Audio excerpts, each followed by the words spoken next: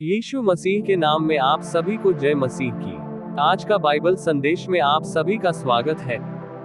आज हम एक बहुत ही महत्वपूर्ण विषय पर बात करने जा रहे हैं कि पति पत्नी के सफल जीवन के लिए परमेश्वर द्वारा कौन सा आज्ञा दिया गया है। प्रियो, बाइबल में परमेश्वर ने पति पत्नी के रिश्ते को बहुत ऊंचा दर्जा दिया है और इसे सफल बनाने के लिए कुछ खास बातें बताई गई हैं। मेरे प्रियो, हम जानते हैं शादी दो लोगों का मिलन है, लेकिन बाइबल हमें सिखाती है कि यह सिर्फ दो लोगों का मिलन नहीं है, बल्कि यह परमेश्वर की योजना का एक हिस्सा है। जब परमेश्वर ने पहले पुरुष आदम को बनाया तो उन्होंने देखा कि आदम का अकेला रहना अच्छा नहीं है। तब उन्होंने आदम के लिए एक सहायक यानी हव्वा को बनाया।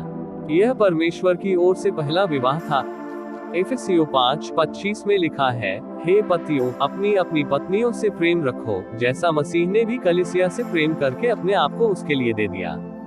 हाँ मेरे प्रियो, परमेश्वर ने हर पति से कहा है कि वे अपनी पत्नियों से ऐसा प्रेम करें जैसा यीशु मसीह ने कलीसिया से किया। यीशु ने कलीसिया के लिए अपना पूरा जीवन न्यौछावर कर दिया। इसका मतलब है कि पति को अपनी पत्नी के लिए बलिदान करने के लिए तैयार रहना चाहिए। उसकी जरूरतों को अपनी जरूरतों से पहले रखना, उसे सम्मान देना और उसकी खुशी के लिए काम करना। यीशु अपनी कलीसिया की देखभाल करते हैं, उसे बुराई से बचाते हैं और उसे सुरक्षित रखते हैं। ठीक उसी तरह एक पति को अपनी पत्नी की शारीरिक, भावनात्मक और आत्मिक रूप से सुरक्षा करनी चाहिए। उसे एक ऐसा सहारा बनना चाहिए जिस पर उसकी पत्नी भरोसा कर सके। यीशु कलीसिया के मुखिया हैं, लेकिन उनका नेतृत्व सेवा करने वाला नेतृत्व है। वे शासन नहीं करते, बल्कि सेवा करते हैं। इसी तरह एक पति को परिवार का मुखिया होने के नाते प्यार और सेवा से नेतृत्व करना चाहिए, न कि अधिकार या जोर जबरदस्ती से। एक पति को अपनी पत्नी को समझना चाहिए, उसकी बातों को सुनना चाहिए और उसे प्यार और सम्मान देना चाहिए। जब पति इस तरह से प्रेम करता है तो वह परमेश्वर की आज्ञा का पालन करता है और परिवार में शांति और खुशी लाता है। अब आइए देखते हैं कि परमेश्वर ने पत्नियों को क्या कहा है।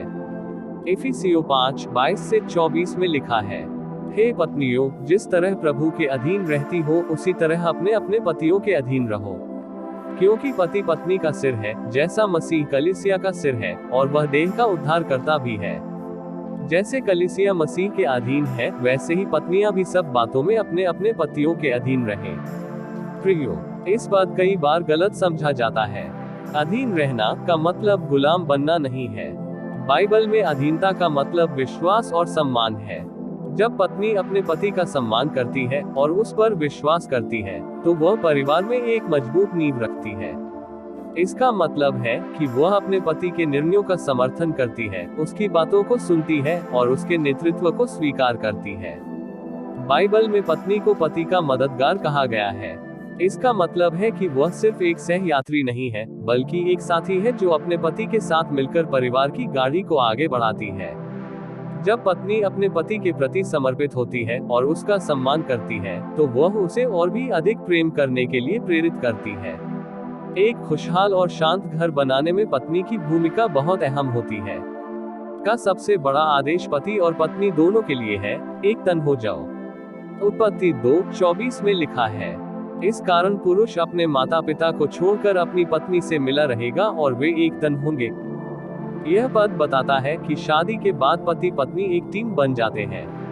उनके विचार, उनके लक्ष्य और उनका जीवन एक हो जाना चाहिए।